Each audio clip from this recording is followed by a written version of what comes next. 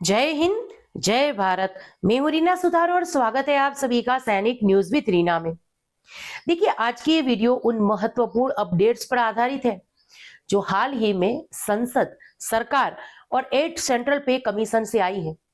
खासकर अगर मैं बात करूं फाइनेंस एक्ट 2025, पेंशन रिवीजन और 8 सीपीसी के क्वेश्चन के बारे में। अगर आप पेंशनर्स हैं, सरकारी कर्मचारी हैं या भविष्य में सरकार की नौकरी करने वाले हैं तो ये वीडियो आपके लिए बहुत ही महत्वपूर्ण रहने वाला है। देखिए, पिछले कुछ दिनों से कई लोग ये पूछ रहे हैं कि क्या फाइनेंस एक्ट 2025 में पेंशन नियम बदल दिए गए हैं, क्या पेंशनर्स को नई श्रेणियों में बांटा जाएगा, या 8 पे कमीशन कब लागू होगा, एरियर कब से मिलेगा। और इसको लेकर भी बहुत सारे सवाल लगातार उठ रहे थे। आपके मन में भी अगर ऐसे कोई सवाल है तो आपने बिल्कुल सही वीडियो के लिए क्लिक किया है, क्योंकि आज हम इन सभी सवालों का सरल, स्पष्ट और डॉक्यूमेंट बेस्ड जवाब समझेंगे। आज के इस वीडियो में आगे बढ़ते हुए सबसे पहले बात करते हैं फाइनेंस एक्ट 2025 से जुड़ी अफवाहों की। देखिए, कई लोग सोशल मीडिया में ये कह रहे थे कि फाइनेंस एक्ट 2025 ने पेंशनर्स के लिए नियम बदल दिए हैं या पेंशन रिवीजन अब अलग तरीके से होगा।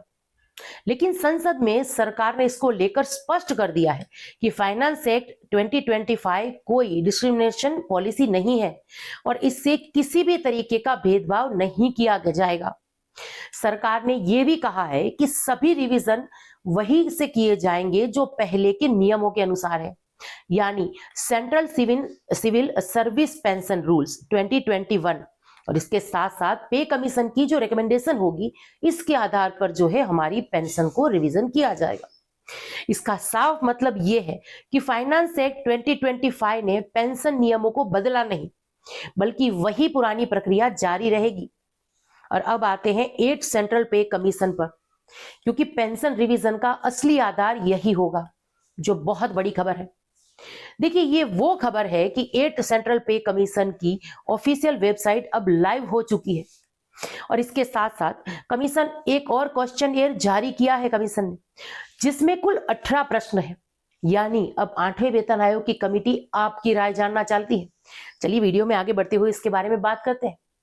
ये क्वेश्चन सभी हितधारकों से राय मांगता है, जिसमें शामिल है केंद्र सरकार के कर्मचारी संघ, केंद्र या संघ के राज्य कर्मचारी, पेंशनर्स, शोधकर्ता और अन्य इसमें शामिल है, यानी इनकी भी राय मांगी गई है। इसके साथ साथ अगर हम बात करें, ये क्वेश्चन माय गवर्नमेंट पोर्टल पर उपलब्ध है और इसे 16 मार्च 2026 तक भरा जा सकता है। ये बहुत जरूरी है क्योंकि ये पहल कमीशन को अलग अलग वर्गों की समस्याओं और सुझाव समझने में मदद करेगी। यानी अब आपकी राय कितना महत्व रखती है वेतन आयोग की कमेटी के लिए, आप इस प्रयास से समझ सकते हैं। अगर मैं बात करूं कि इससे बदलाव क्या आएगा, देखिए, सैलरी संरचना, भत्तों का ढांचा, पेंशन और रिटायरमेंट के लाभ, फिटमेंट फैक्टर की भूमिका, एरियस की गणना आदि इसमें आपकी राय मांगी गई।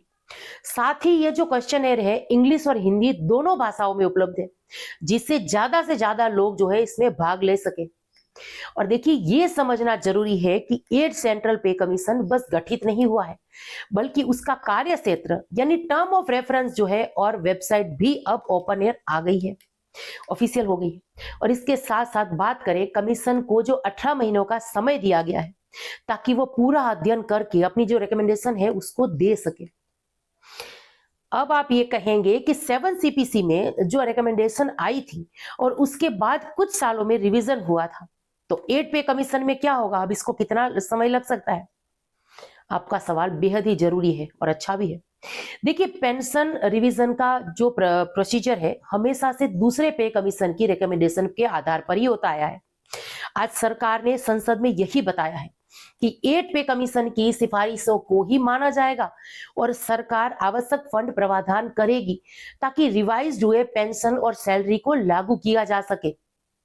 कई पेंशनर्स और कर्मचारी देखिए कमेंट्स के माध्यम से ये भी पूछते हैं कि क्या इसका एरियर मिलेगा। अगर 8 पे कमीशन की रिकमेंडेशन मान ली गई तो एरियर जो है 1 जनवरी 2026 से मिलेगा या नहीं।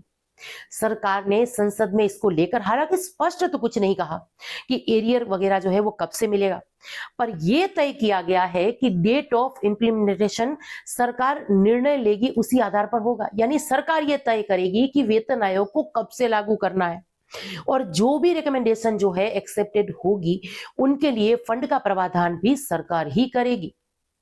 तो देखिए, अगर आप सरकारी कर्मचारी हैं या पेंशनर्स हैं तो आप इस क्वेश्चन एयर को जरूर फिल करिए, क्योंकि आप आपकी राय कमीशन तक सीधे पहुंचा सकते हैं, और ये मौका हर बार नहीं आता है, हर दिन नहीं आता है। अब संक्षेप में अगर वीडियो का पूरा सार देखें तो फाइनेंस एक्ट 2025 से पेंशन नियम नहीं बदले हैं।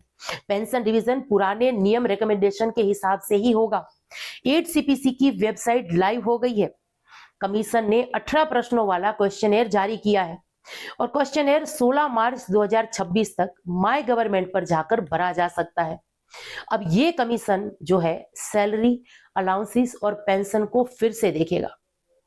तो देखिए मेरे व्यूअर्स, यानी हमारे जो कर्मचारी हैं, पेंशनर्स हैं, फैमिली पेंशनर्स हैं, जो इस वीडियो को देख रहे हैं, अपनी राय आप कमेंट्स बॉक्स के माध्यम से जरूर से बताइएगा कि क्या आप क्वेश्चनेयर में हिस्सा लेंगे।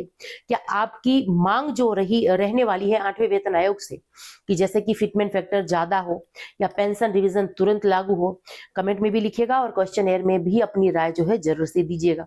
और अगर आपको ये वीडियो जानकारी पूर्वक लगा हो तो इसे लाइक, शेयर और इस चैनल को सब्सक्राइब करना मत भूलिएगा। मैं फिर से दोहरा दूं कि बेल आइकन को प्रेस करके नोटिफिकेशन ऑन रखना बेहद ही जरूरी हो जाता है, क्योंकि हर एक वीडियो की जानकारी आप लोगों तक पहुंच सके। और आज के इस वीडियो से जाते जाते एक और जरूरी रिक्वेस्ट कि इस वीडियो को हाइप जरूर से करिएगा, ताकि 8वें वेतन आयोग से जुड़ी हो, हमारे पेंशन रिवीजन से जुड़ी हो, या और ऐसी महत्वपूर्ण जानकारियां आपके साथ साथ दूसरे पेंशनर, फैमिली पेंशनर्स तक भी जरूर से यूट्यूब पहुंचाए। तो इसी के साथ आज के इस वीडियो से विदा लेती हूं। जय हिंद।